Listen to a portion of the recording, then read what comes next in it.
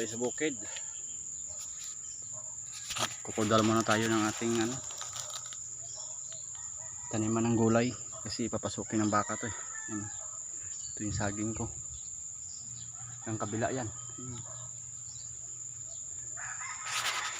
Pahinga muna. Grabe init. Anong oras pa lang ba? 8:14 pa lang. 8:14 pa lang mga bok. Ayan, grabe na init. Pero maganda to kasi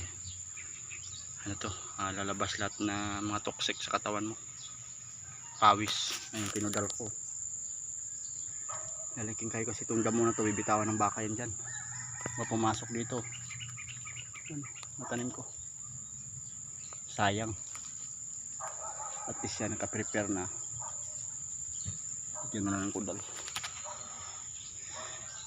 Sabi nga ng tatay ko, pag masipag ka at may binaon ka dyan, kahit magtagal mamunga, may produkto yan.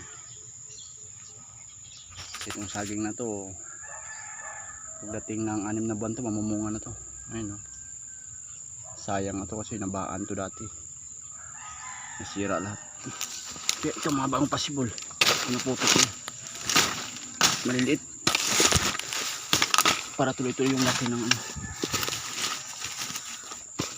sabi nga nila, sipag at tiyaga lang. Ligo tayo sa pawis. So ito, exercise naman to eh. Sarap sa pakiramdam pag napawisan ka. Tapos makikita mo yung mga tanim mo. Ang ganda ng tubo. Yan, ang kamatis ko, laing bunga. Maliliit lang yun, may produkto yan. Diba? Ito mga saging. Saba to saba. Ito sa kabila. Maraming tanim mo dyan. Balingoy, halo-halo.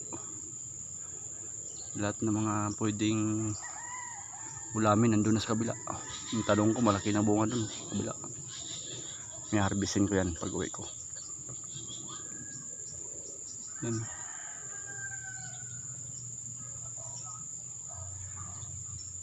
Dami. Yan, may kudal ako dyan. Hindi mo basta-basta mapasok ng baka yan kasi ang daming tali. Kaya sipag lang. Sabi nga ng Pinoon, basta sa tama ka lang, balang araw iangat ka.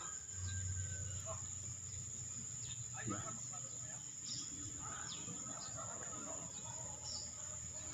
Daming ibon dito. Ayan, tumarog bitag. Balang araw pag mag-resign ako.